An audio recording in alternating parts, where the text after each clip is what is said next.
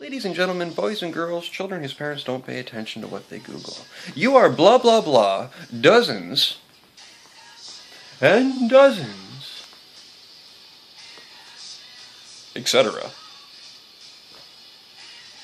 It bothers me. It pisses me off ever so much. It makes me want to go shoot up an Arby's whenever people say to me, "Jesus, I grew up poor, but I never knew it." First off, if you never knew it, how the fuck do you know you grew up poor? Shut up. Or they say to me, "Jesus, we were poor." But it didn't bother me. I was raised by beatniks. And not the Hollywood sellout beatniks, but the war is bad, give me a handout beatniks. Alright, we didn't own nice things, we didn't own crappy things, we didn't own things. I knew I was poor. There was no doubt in my mind I was poor. And it bothered the hell out of me that I was poor. So I made a promise to myself that when I grew up I wouldn't be poor, and I'd have money. And I do have money. I don't have a lot of money, but I have enough money that I was able to convince a bank to let me go into debt for the rest of my life. So I'm doing alright. And I went out and I bought a nice house. And I filled my nice house with nice things. And then I invited my parents over. Because I thought maybe if they saw my nice house full of nice things, maybe they'd realize that if they'd stopped going to poetry slams and had a shower and got a job, maybe we could have owned nice things too. And it was raining. It was raining the day my parents came over. And the first thing my parents did when they arrived is they walked across my living room, across my carpeted living room, with their boots on. My mother took the scenic route to my entertainment unit.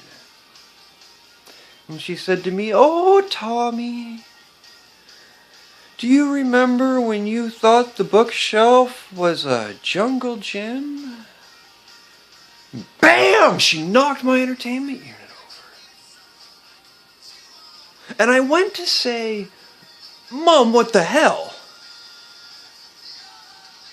But I only got out, "Muh," before out of the corner of my eye, I saw my father dragging my couch out the front door.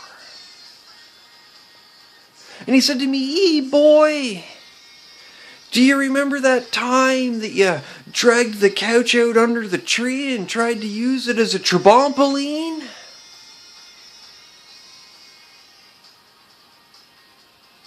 And I went to stop him. But as I went to stop him, a record whizzed by my head and smashed up against the wall. Yes, I own records, but don't judge me. I don't own crappy beatnik records. I own cool records like Britney Spears and Raisin Bran 3000.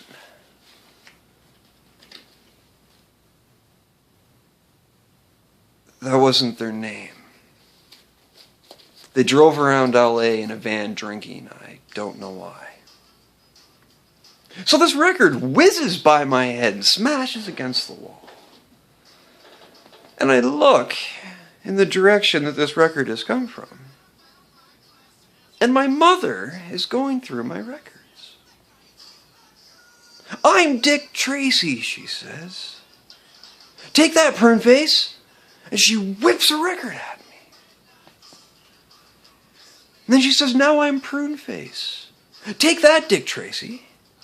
And she whips another record at me.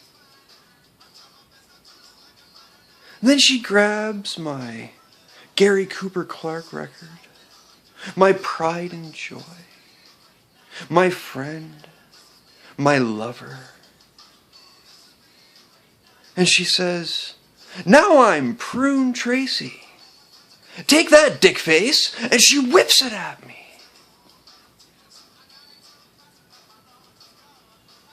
And I'm trying to think of a response. But I'm having trouble. My mother's called me a lot of things in my life. She's never called me dick face. And I'm not sure how to respond. And as I'm thinking about it, my train of thought hits a cow. And that cow happens to be my father, who is at the top of my stairs, sitting on my mattress. Boy," he says, "I'm one of those horse riding dealies." And he comes flying down the stairs. He gets to the bottom, he flies off the mattress, his head goes through the wall, he gets stuck. And I was going to laugh. But before I could laugh, I became keenly aware of the fact that I was standing in a river. So I traced the river back to its origin and saw my mother walking out of my bathroom. "I flushed a loaf of bread down the toilet," she said calmly. "You understand."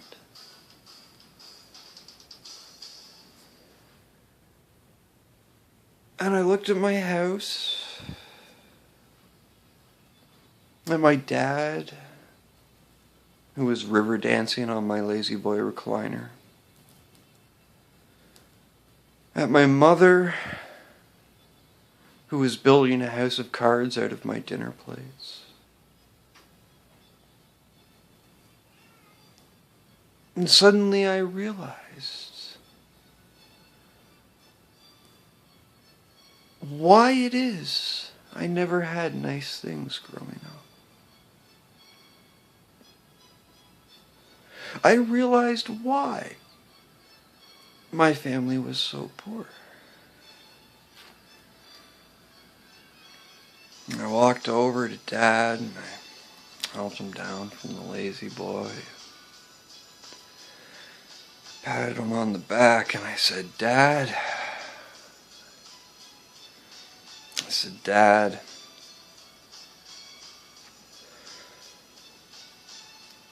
you're the fucking reason we never had nice things. And I grabbed him by his stoopy little beatnik throat and I started choking him and his eyes were bulging out of his head and I was like, yeah, bongo that bitch. And I kept squeezing and he's all